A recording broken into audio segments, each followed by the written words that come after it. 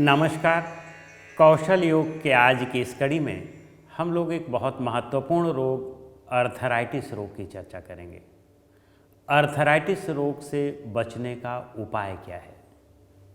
वे लोग जिन्हें अभी अर्थराइटिस नहीं हुआ है वे क्या करें कि उन्हें अर्थराइटिस ना हो, क्योंकि अर्थराइटिस एक ऐसा रोग है जो शरीर को बिल्कुल बिस्तर पर ला देता है। लोगों का चलना फिरना दूभर हो जाता है, मुश्किल हो जाता है।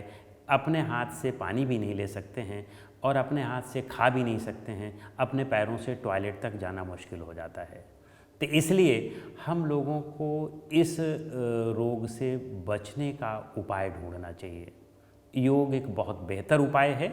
तो आइए आज हम लोग देखते हैं कि क्या करें कि हमें कभी अर्थराइटिस हमारे नज़दीक ना आने पाए, नज़दीक फटकने ना पाए। तो उसके लिए हमें कुछ योगिक क्रियाएं करनी होंगी। सबसे पहले हमें यह जानना होगा कि उसका कारण क्या है। महत्वपूर्ण कारण हमारे यहाँ योग में मानसिक तनाव और भावनात्मक असंतुलन ही माना जाता है, क्योंकि ये कारण जब होता है तभी व्यक्ति अपने आहार विहार को गड़बड़ करता है। इस कारण के होने से ही व्यक्ति आराम तलबी करता है। वह अपने जीवन को समझ नहीं पाता है अच्छी तरह से कि हमें व्यायाम भी करना चाहिए। जैसे शरीर के लिए भोजन आवश्यक है वैसे शरीर के लिए व्यायाम भी आवश्यक है। जैसे शरीर के लिए भोजन और व्यायाम आवश्यक है वैसे मन के लिए भी भोजन और व्यायाम आवश्यक है। तो मन का भोजन व्यायाम क्या है? मन का भोजन और व्यायाम है कि उसमें अच्छे विचार हों, नियंत्रित विचार हों और सात्विक विचार हों और साथ में मेडिटेशन आदि की क्रियाएं हों। तो इस तरह से हम अपने जीवन को संतुलित कर सकते हैं योग के माध्यम से। तो आइए हम क्या करें कि जिससे हमें यह रोग कभी ना हो। तो वे क्रियाएं जो हैं उस पर हम चर्चा करने चल रहे हैं। सबसे पहले हम अपने गर्दन की क्रियाओं को करें, क्योंकि यह यहाँ पर भी जोड़ हैं। तो दाहिनी तरफ किया, फिर बाईं तरफ किया, एकाग्रता के साथ, पूरी सजगता के साथ, फिर पीछे किया, आगे किया। अगर सर्वाइकल स्पॉन्डिलाइटिस ना हो तो आगे करें, नहीं तो आप अगर सर्वाइकल स्पॉन्डिलाइटिस हो तो आगे ना करें, नहीं तो आप आगे पीछे भी करें। इसी तरह फिर साइड में करें पूरी एकाग्रता के साथ और फिर रोटेशन करें। अगर सर्वाइकल स्पॉन्डिलाइटिस है तो फिर आगे की ओर न रोटेशन करें, केवल ऐसे पीछे की ओर ही करें, नहीं तो आप पूरा करें।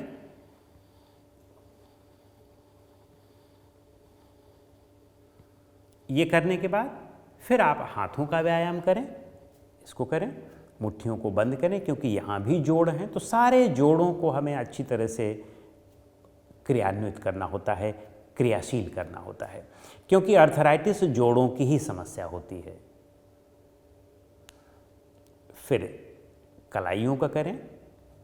क्या होता है कि जब हमारी जीवनचर्या सही नहीं होती है तो हमारे जोड़ों में विषाक्त तत्व जमा होने लगते हैं। जितने जोड़ हैं उन सब में विषाक्त तत्व ज़्यादा जमा होने लगते हैं। और जब ये विषाक्त तत्व जमा होते हैं तो ये क्या करते हैं कि जोड़ों का जो कार्टिलेज होता है, दो हड्डियों के बीच में प्रकृति ने हमें कार्टिलेज, एक बहुत कोमल हड्डी दी हुई है, और वहीं पर बीच में उन्होंने साइनोवियल फ्लूइड दिया हुआ है कि वह फ्लूइड होता है जो लुब्रिकेटिंग आयल का काम करता है, कि जिससे हड्डियां आपस में रगड़ नहीं पाती हैं और वह जो कार्टिलेज है उस कार्टिलेज को अच्छी तरह से वह भोजन देता रहता है, रगड़ नहीं पाती हैं। यदि हमारा शारीरिक व्यायाम ना हुआ, ना हमारा खान पान अच्छा ना रहा हुआ, तनाव हमारे अंदर बहुत रहा हो, तो उस स्थिति में क्या होता है कि विषाक्त तत्व यहाँ जमा हुए और वो कार्टिलेज को काटने लगते हैं, या कार्टिलेज को काटने के अतिरिक्त वे फ्लूइड वहाँ कम होने लगता है, जो साइनोवियल फ्लूइड होता है वह कम होने लगता है। तो उस स्थिति में हमें जोड़ों की समस्या होने लगती है। तो यदि आप प्रतिदिन व्यायाम करें इस तरह का, तो आपको वे फ्लूइड एक तो अच्छी तरह से उनमें निष्कासन होता रहता है, वे फ्लूइड अच्छी तरह से निकलते रहते हैं शरीर में, जोड़ों में, और जो विषाक्त तत्व हैं वे इकट्ठा नहीं हो पाते हैं। जब आप व्यायाम करेंगे तो वे विषाक्त तत्व इकट्ठा ही नहीं हो पाएंगे, और जब वे इकट्ठा नहीं हो पाएंगे तो वे पेशाब से या स्टूल से बाहर निकल जाएंगे या हमारे रोंस से पसीने के माध्यम से बाहर निकल जाएंगे, और जब वे बाहर निकल जाएंगे तो फिर वे कभी भी आर्थराइटिस नहीं पैदा कर सकते हैं। तो इस तरह से यह इसका क्रिया विज्ञान है। फिर इसके बाद ऐसे करें, सारे जोड़ों का आपने व्यायाम किया पूरी, लेकिन एकाग्रता के साथ, सजगता के साथ। अब इसी तरह से हम पैरों के साथ कर लें। अपने पैर के टोस को आगे की ओर प्रेस करें, अंदर की ओर प्रेस करें सजगता के साथ। फिर पूरे फीट को आगे और अंदर की ओर प्रेस करें पूरी सजगता के साथ। फिर इस तरह से ऐसे गोल गोल घुमाएं।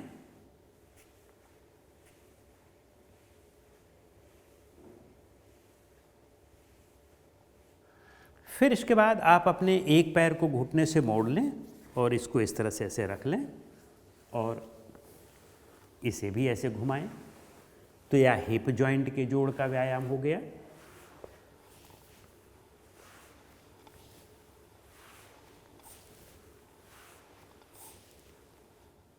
इसी तरह दूसरे पैर से करें, लेकिन ये सब पूरी एकाग्रता के साथ होना चाहिए, पूरी सजगता आपके रहे। अच्छा हो कि आँखों को बंद करके करें, पूरा मन को अंतर्मुखी बनाए रखें।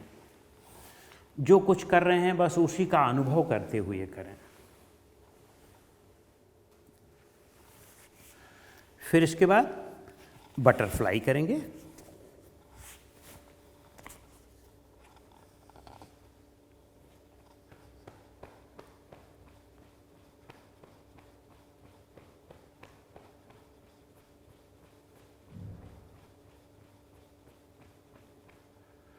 फिर अगर आपको स्लिप डिस्क या स्पॉन्डिलाइटिस ना हो तो आप आगे की ओर झुकेंगे। तो इस तरह से आपके रीढ़ में जो लंबर का पार्ट है, सैक्रल और कॉक्सिजियल का पार्ट है, वे भी जोड़ हैं, तो उन जोड़ों का भी व्यायाम इससे हो जाता है। फिर वापस आएं और इसी तरह से देखें कि यदि आप अपने दाहिने हाथ को पीछे ले गए और बायां हाथ यहाँ रखा और दाहिने घुटने की तरफ ऐसे आप बेंड करें, तो इससे जो साइड का पार्ट है हमारे वर्टिब्रा का, उनका भी खिंचाव होता है और साथ में हमारे जो डार्सल पार्ट है उसका भी खिंचाव होता है और सर्वाइकल पार्ट है उसका भी खिंचाव होता है। यानी कि पूरे रीढ़ की वर्टिब्रा के इसमें व्यायाम हो जाता है। हिप नहीं उठना चाहिए, पैर का घुटना दूसरे साइड वाला नहीं उठना चाहिए।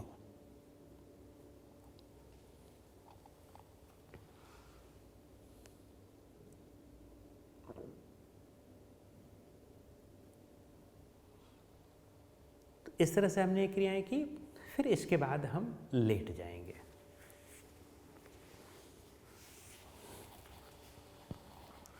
लेट करके हम इसमें सबसे बेहतर है कि हमें पवन मुक्त आसन का अभ्यास करना चाहिए। पवन मुक्त आसन आपके पाचन तंत्र को बहुत मजबूत कर देता है और यदि एकाग्रता के साथ करें तो पाचन तंत्र भी आपका मजबूत हुआ और साथ में आपका मन भी शांत हुआ, मन भी हल्का हुआ, मन की में क्रिएटिविटी की शक्ति बढ़ गई। तो पवन मुक्त आसन कैसे होता है? ऐसे इसको मोड़ें और पकड़ें और अंदर की ओर खींच लें और फिर सिर को ऊपर उठा दें। लेकिन यदि आपको घुटने में दर्द हो, बहुत शिकायत हो, जोड़ों में बहुत उस तरह का दर्द हो, तो आप यहाँ पर पकड़ के अंदर की ओर खींचें और फिर सिर को उठा दें। यदि आपको सर्वाइकल हो तो आप फिर ना उठाएं सिर को, केवल इसको अंदर की ओर खींचें ऐसे।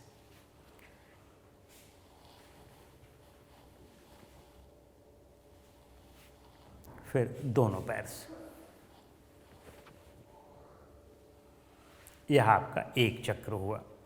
और यदि आपको ये सब समस्याएं नहीं हैं तो जैसे कि मैंने बताया है कि इस तरह से आप करेंगे उसको और सिर को उठा करके करेंगे, तो इससे आपके सारे जोड़ों का व्यायाम हो जाएगा, आपके पाचन तंत्र की मजबूती हो जाएगी। फिर इसके बाद हम मरकट आसन जरूर करें, क्योंकि रीढ़ जो है वह हमारा सेंट्रल नर्वस सिस्टम है और वो बहुत महत्वपूर्ण चीज़ है, उसका भी व्यायाम हमें करना है। तो दोनों हाथ को इस तरह से फैला लें। अगर इस तरह से ना फैलाना चाहें तो आप ऐसे भी करके कर सकते हैं। दोनों पैर के घुटनों को इस तरह से मोड़ लें और पंजे को ज़मीन पर रखें। और अब इसके बाद थोड़ा सा गैप रखेंगे, इधर पंजों के बीच में भी गैप हो और इधर घुटनों के बीच में भी गैप हो, और इस तरह से हम पैर को एक तरफ ले जाएं और सिर को दूसरी तरफ ले जाएं। ऐसे ही दूसरी तरफ आएं। इससे आपका पूरा स्पाइन बहुत क्रियाशील हो जाता है। अब इसके बाद दोनों पैरों को सीधा कर लें, एक पैर को घुटने से मोड़ें और इस पैर के तलवे को इस पैर की जांघ पर रख लें। अब आप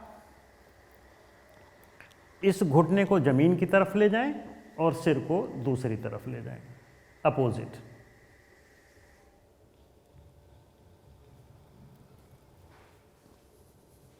यही क्रिया दूसरी तरफ करें।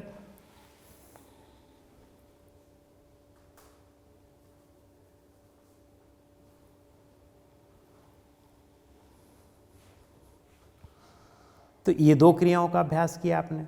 अब इसके बाद हम लोग सेतु बंधासन करेंगे। सेतु बंधासन में दोनों पैर को इस तरह से मोड़ा और फिर हाथ की हथेलियों से प्रयास करें कि आपकी एड़ी पकड़ में आए, और अब अपने हिप्स को आप जितना ऊपर उठा सकते हो उठा लें।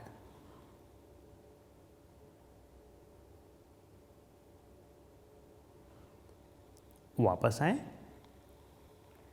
बिल्कुल एकाग्र रहते हुए आपको ये करना है। अब आप हलासन का अभ्यास करेंगे। दोनों पैरों को थोड़ा सा इस तरह से उठा लें, धीरे धीरे हिप्स को भी उठाएं और फिर पीछे की ओर इस तरह से पैरों को ले जाएं।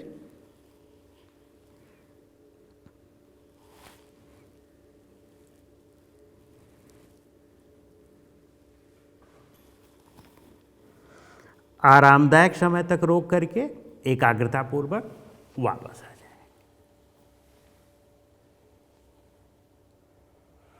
तो इस तरह से यदि हम इन आसनों का अभ्यास करें और साथ में एक धनुरासन कर लें तो हम इस रोग से पूरी तरह से बच सकते हैं। यह रोग हमारे निकट नहीं आ सकता है।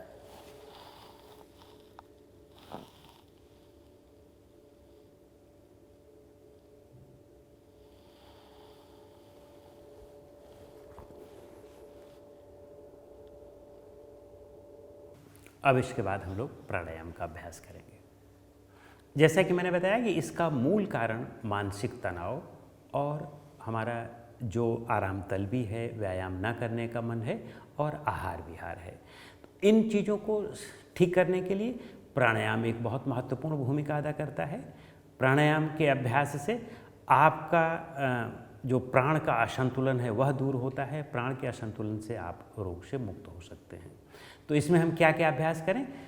आप भस्त्रिका का जरूर अभ्यास करें। भस्त्रिका पाचन तंत्र को भी ठीक करता है और वात रोग को भी ठीक करता है। तो आइए हम देखते हैं कि कैसे करते हैं। डीप श्वास भरना है और फास्ट भरना है, गहरी और तेज, इस तरह से, और गहरी और तेज निकालना भी है।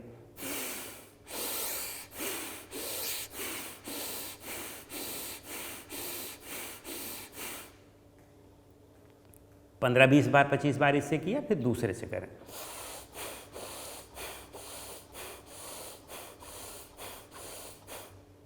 इससे भी उतना ही करें, फिर दोनों से भी उतना ही करें।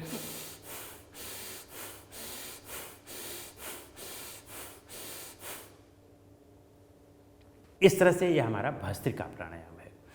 भस्त्रिका प्राणायाम को हम का एक चक्र है, इसके हम 2 3 4 चक्रों का अभ्यास करें। 5 चक्रों तक का अभ्यास कर सकते हैं, लेकिन पहले ही दिन 5 चक्र नहीं करना है। धीरे धीरे हफ्ते हफ्ते बाद एक एक चक्र जोड़ते जाना है और 5 हफ्ते बाद 5 चक्र जोड़ लेना है। लेकिन जिन्हें उच्च रक्तचाप या हृदय रोग हो, फिर वे भस्त्रिका का भी अभ्यास नहीं करेंगे।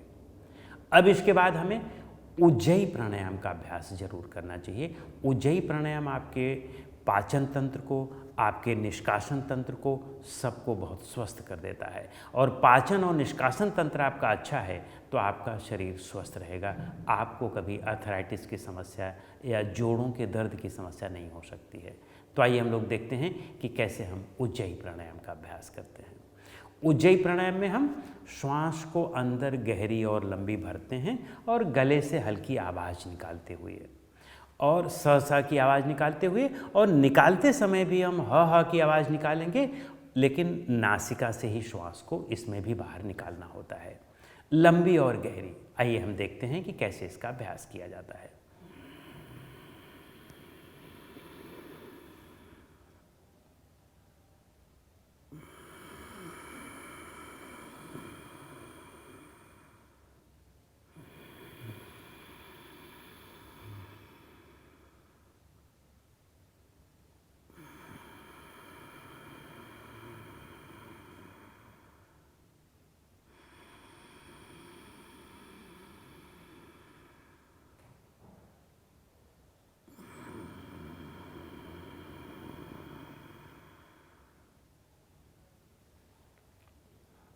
इस तरह से यह हमारा उज्जयी प्राणायाम है।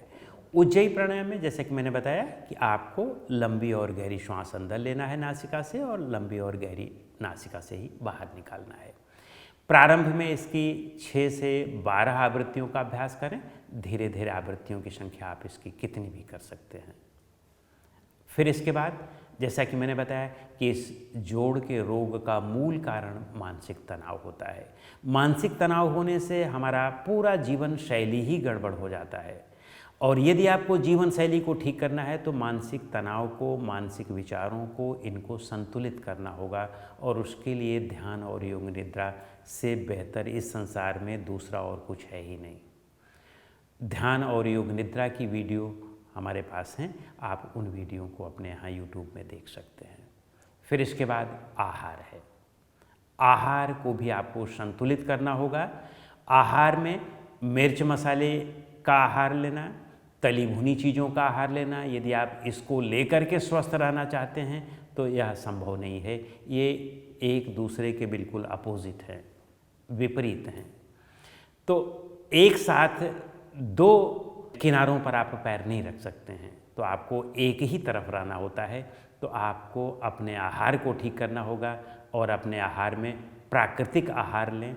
जो कुछ भी आपको मिल जाए प्राकृतिक, वो सब कुछ लें।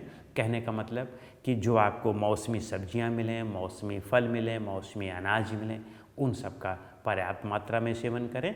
और अनाज जो है वह साबुत हो या साबुत के नज़दीक ही हो। जैसे गेहूं है तो गेहूं का आटा हो, और आटा भी बहुत पतला ना हो, मैदा ना हो, या उसका रफेज निकाला ना गया हो। तो मोटे आटे का रोटी लें, जौ के रोटी लें, या आप चने की रोटी उसमें मिला करके, इन सब चीज़ों को मिला करके मिश्रित रोटी लें। या आप जो चावल लेते हैं वह चावल भी उसका ऊपर का छिलका जो होता है धान का, ऊपर का छिलका निकाल दें, लेकिन उस छिलके के और चावल के बीच में जो लेयर होती है जिसको हम कैरोटीन कहते हैं, उसमें कैरोटीन पर्याप्त मात्रा में होता है।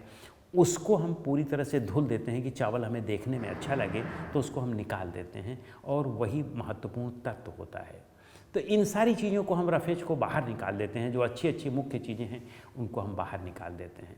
तो उनका ज़रूर सेवन करें, तो आप देखें कि आपके नज़दीक कभी अर्थराइटिस रोग नहीं आ सकता है। तो इस तरह से इसके विषय में इतना। नमस्कार।